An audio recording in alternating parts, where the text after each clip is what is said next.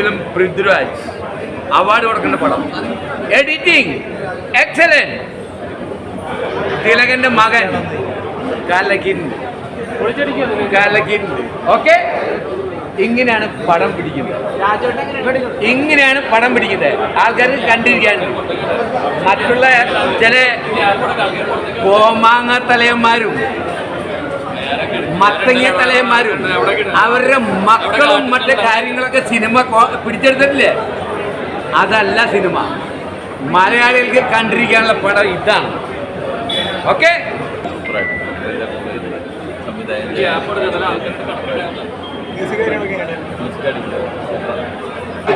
എടുത്തു പറയേണ്ടത് ഷംമിച്ചേട്ടൻ ഗംഭീരമാണ്.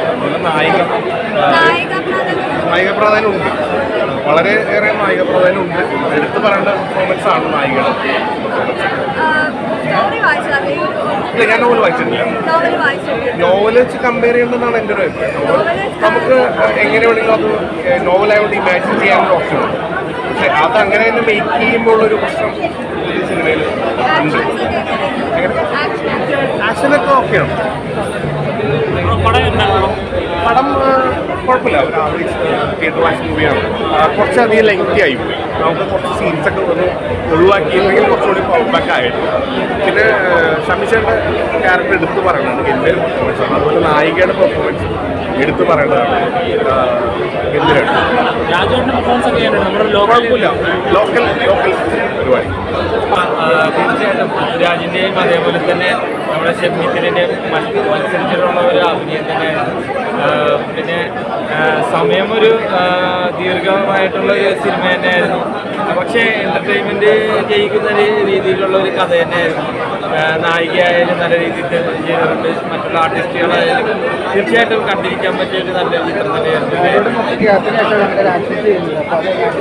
തീർച്ചയായിട്ടും ആക്ഷൻ ഓരോ ചിത്രങ്ങളും അദ്ദേഹത്തിൻ്റെ വളരെ സമയം പിടിച്ചാണ് അദ്ദേഹം സിനിമകൾ തിരഞ്ഞെടുക്കുന്നത്. തീർച്ചയായിട്ടും അദ്ദേഹത്തിൻ്റെ സെലക്ഷൻ നല്ല രീതിയിൽ തന്നെ വന്നിട്ടുണ്ട്. അദ്ദേഹത്തിൻ്റെ കയ്യിൽ ഈ ഒരു കഥാപാത്രം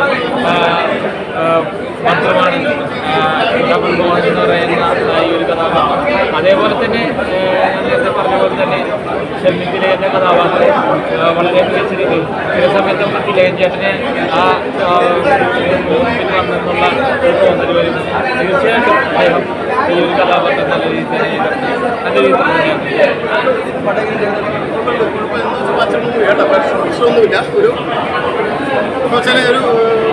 ഒരു ലാഗ് ഇന്റർവ്യൂ വരെ ലാഗ് തോന്നുന്നു. ഇന്റർവ്യൂ കഴിഞ്ഞ് നന്നായിട്ട് തന്നെ പഠിച്ചായിട്ടുണ്ട്. കുഴപ്പമില്ല. നമ്മുടെ തിലകഞ്ചേട്ടനെ തിരിച്ചിട്ടിയോ? ഏതാ തിലകഞ്ചേട്ടനെ തിരിച്ചിട്ടിയോ? തിലകഞ്ചേട്ടനെ എന്ന് വെച്ചാൽ അത്രയും തന്നെ ഒരു റേഞ്ച് ഷമ്മിത്തിലും കാണുന്നുണ്ട് കേട്ടോ. എനിക്കത് നായകനേക്കാൾ ഒരു ചെറിയൊരു പടി മുന്നിൽ ഷമ്മിത്തിലാണ് റോളാണ് ചെയ്തിരിക്കുന്നത്. കുഴപ്പമില്ല, നല്ല പടം. ബുക്കിനേക്കാളും ഇച്ചിരി പടം നീണ്ടുപോയതായിട്ട് തോന്നുന്നു. ബുക്ക് നമുക്ക് വാങ്ങിക്കാൻ ഭയങ്കര ഒരു ത്രില്ലായിരുന്നു. ഇച്ചിരി നീണ്ടുപോയതായിട്ട് തോന്നുന്നത് വേറെ പ്രശ്നമുണ്ട് കേട്ടോ.